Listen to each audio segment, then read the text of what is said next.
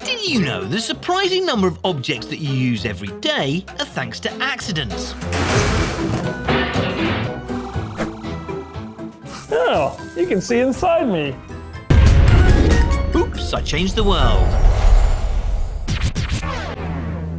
This is the story of the X-ray. A life-changing, and for many people life-saving, innovation.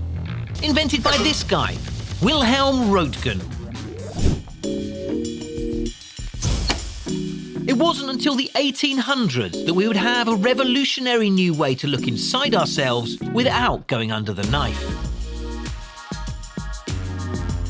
Oh, you can see inside me. There's my heart.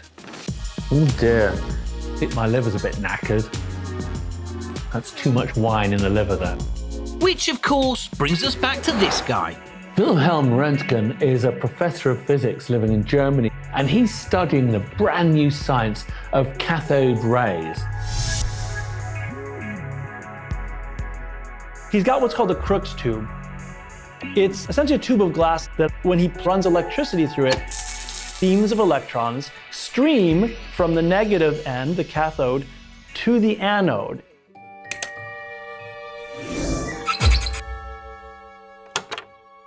Wilhelm is fascinated by these glowing tubes when he notices something strange.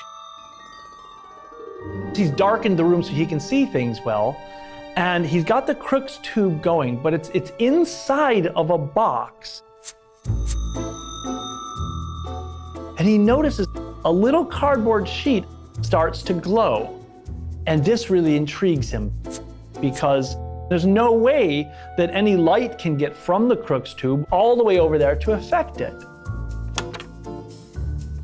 So Wilhelm uses the age-old, highly accurate experimental procedure that we all know of as the switch it off, switch it on again method. He's able to confirm that the glowing sheet is being produced by something invisible coming out from the Crookes tube. But what? Like any good scientist, he starts to play. He realizes it can pass through all sorts of things. He puts things in the way it can pass through walls, yet he or nobody else can see it.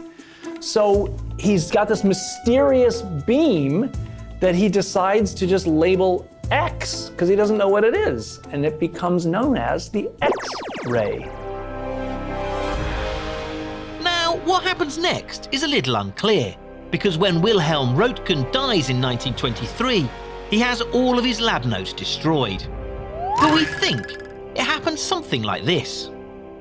Röntgen is so excited that he just can't leave his own laboratory. He ends up sleeping there, eating there, experimenting with this brand new ray that he's accidentally discovered.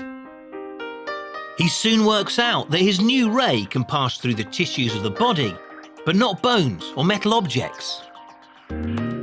He finds that by using the right kind of photographic film, he can actually use the ray to take an image, and he brings his wife Anna in to basically take a photo of the inside of her hand. And so what we get is her bones in her hand, an X-ray with the wedding ring showing as well. And she is so shocked, she says, "I have seen my own death." It's only a few months later that Wilhelm gives his first public speech to the Medical Society, performing a live X-ray. The crowd is astounded and news spreads rapidly. This is a brand new phenomenon, and it immediately becomes popularized at things like traveling fairs, where people will set up these crude X-ray machines and folks come over and can stand in front of it and get pictures taken of their bones. The public is captivated, and Röntgen's discovery spreads like wildfire. Soon it's being shown off for entertainment in the US, Europe, and across the globe. The medical community starts to cotton on to the idea that there is this device that can see through tissues, and this starts to really become interesting to them. The impact of Röntgen's accidentally discovered X-rays on medical treatment is huge. Within a month of his lecture, medical radiographs as they were then called, had been made in Europe and the United States by surgeons to guide their work. X-ray motion pictures show that as we step down on the ball of the foot, the ankle acts as a movable pivot. Marie Curie is studying at the University of Paris when she first hears about Wilhelm's discovery. Although the mechanism behind X-rays production is unknown, she's fascinated by them and recognizes their link to her work on a new concept that she's coined radioactivity. In 1898, Marie Curie, using an electrometer devised by her husband Pierre, began to examine all the elements then known for traces of radiation. By World War I, the medical community has definitely cottoned on to the idea that X-rays are useful. And hospitals have these X-ray machines, but they're huge and they're cumbersome. Madame Curie gets in there and says, okay, we need to be able to take these to the front lines, to places where soldiers need them immediately. Along the coast, close to the beaches and ports of each receiving area, there were to be holding hospitals, fully equipped for emergency surgery. So she designs these little Curie wags, petit Curie, where she actually puts these small mobile X-ray machines onto trucks and designs a dynamo that can go in them so that the thing is charged by the movement of the vehicle. Absolutely extraordinarily ahead of its time. Along with the little Curies, these vehicles, she's responsible for the creation of 200 semi-permanent X-ray tents at military bases. Those vehicles and tents save countless lives.